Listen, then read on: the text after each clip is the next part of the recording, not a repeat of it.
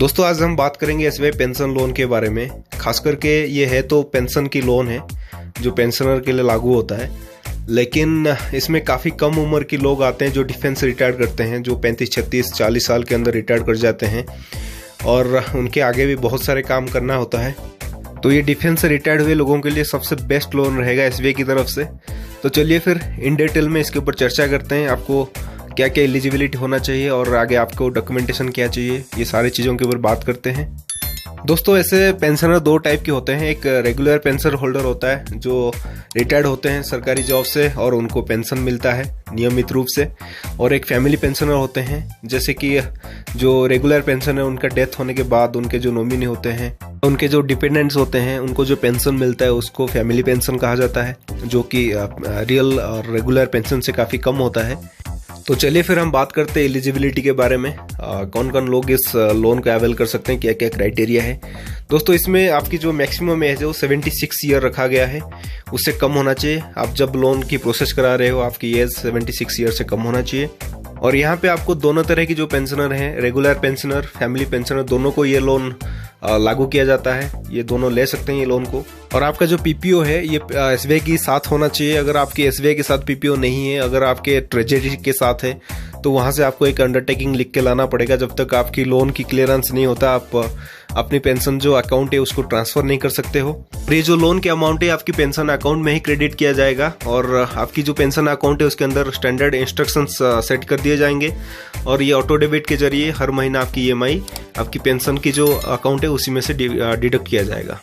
और यहाँ पे डिफेंस पेंशनर और फैमिली पेंशनर के लिए एज सेम ही रखा गया है।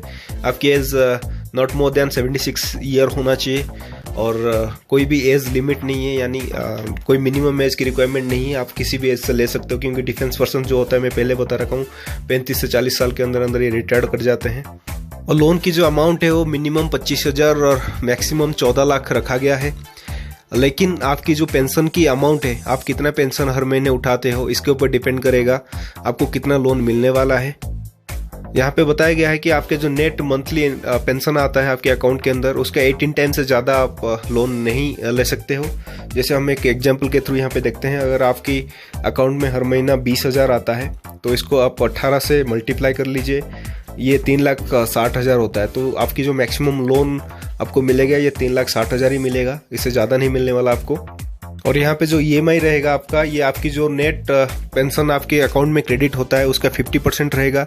यानी आपके अगर 20,000 अकाउंट पे क्रेडिट होता है पेंशन के तौर पे, आप मैक्सिमम 10,000 कटवा सकते हो। बाकी 10,000 आप अपने परिवार को चलाने के लिए, ये आरबीआई की तरफ से इंस्ट्रक्शंस लागू किया गया है, आप 50% से ज़्यादा काट नहीं सकते। लेकिन ये फैमिली पेंशनर के लिए अलग रहेगा। फैमिली पेंशनर के लिए मैक्सिमम 33% तक डिडक्ट कर सकते हैं। यहाँ पे लोन को रीपेमेंट करने का 2 स्टैंडर्ड्स है। अगर आप 70-71 साल से कम उम्र में लोन ले रहे हो तो आपको 72 महीना मिलेगा, यानी कि 6 साल मिलेगा। अगर उससे ऊपर आप 72-73 साल में लोन ले रहे हो तो आप 78 ईयर होने से पहले ही आपकी लोन क्लोज करना पड़ेगा। यहाँ पे लोन को रीपेमेंट करने की भी सुविधा दिया गया है। यहाँ पे कुछ एक चार्जेस लगता है जो 3% होता है ऑन प्रीपेड अमाउंट। अगर हम सिविल स्कोर की बात करें तो आपकी जो सिविल स्कोर है यहाँ पे 650 से ज़्यादा होना चाहिए, उससे कम होने से आपको लोन नहीं मिलने वाला है।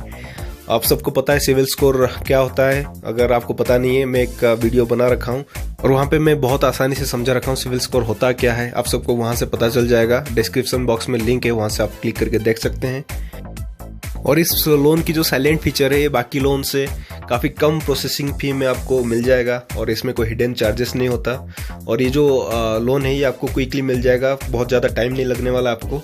और आपको इजी ईएमआईज के थ्रू आपको भी यहाँ से पेमेंट करने का ऑप्शन मिल जाएगा। और बहुत मिनिमल डॉक्यूमेंटेशन होता है जो हम आगे बात करेंगे। और आप कोई भी एसबीआई ब्रांच से इसको अप्लाई कर सकते हो। सबसे बेस्ट पार्ट इसमें है आपको कोई सिक्योरिटी की ज़रूरत नहीं होता, कोई मॉर्गेज की ज़रूरत नहीं होता।